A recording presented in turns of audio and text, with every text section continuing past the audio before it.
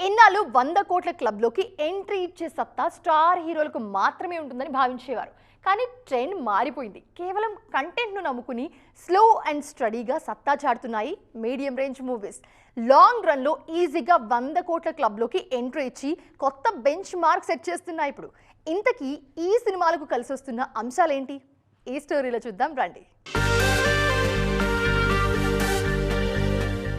ఒకప్పుడు 100 కోట్ల క్లబ్ అంటే కేవలం బడ్జెట్ సినిమాలు, పాన్ ఇండియా రేంజ్ మూవీస్కే సాధ్యమన్న టాక్ ఉండేది. కానీ ఇప్పుడు కంటెంట్లో దమ్ముంటే చాలు, మీడియం రేంజ్ సినిమాలు కూడా 100 కోట్లు అవలీలగా కొల్లగొడుతున్నాయి. మొదటి 2 రోజులు యావరేజ్ కలెక్షన్స్తో స్టార్ట్ అయినా స్ట్రాంగ్ మౌత్ టాక్తో లాంగ్ రన్లో కుమ్మేస్తున్నాయి. పక్కా ఫ్యామిలీ ఎమోషన్స్తో తెరకెక్కిన మా ఇంటి బంగారం సినిమా ఈ కోవలోనే భారీ విజయాన్ని నమోదు చేసింది. ఫ్యామిలీ ఆడియన్స్ కి బాగా కనెక్ట్ అవ్వడంతో 100 కోట్ల మార్కును క్రాస్ చేసి అందరికీ షాక్ ఇచ్చింది.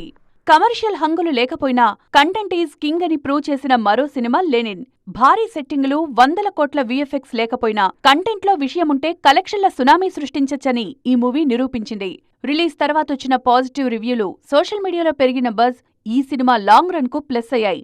దీంతో స్లో అండ్ స్టడీగా 100 కోట్ల క్లబ్లోకి ఎంట్రీ ఇచ్చింది ఈ మూవీ. యూత్తో పాటు ఫ్యామిలీ ఆడియన్స్ ను మెప్పించిన అనగనగా ఒక రాజు కూడా 100 కోట్ల వసూళ్లతో సత్తా చాటింది. మంచి కంటెంట్తో పాటు సంక్రాంతి లాంటి పర్ఫెక్ట్ సీజన్లో రిలీజ్ కావడం ఈ సినిమాకు కలిసొచ్చింది. అందుకే ఈజీగా 100 కోట్ల మార్కును క్రాస్ చేసింది.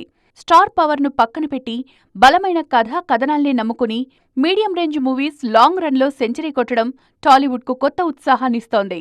మరి రాబోయే రోజుల్లో ఇంకెన్ని సినిమాలు ఈ మ్యాజిక్ను రిపీట్ చేస్తాయో చూడాలి.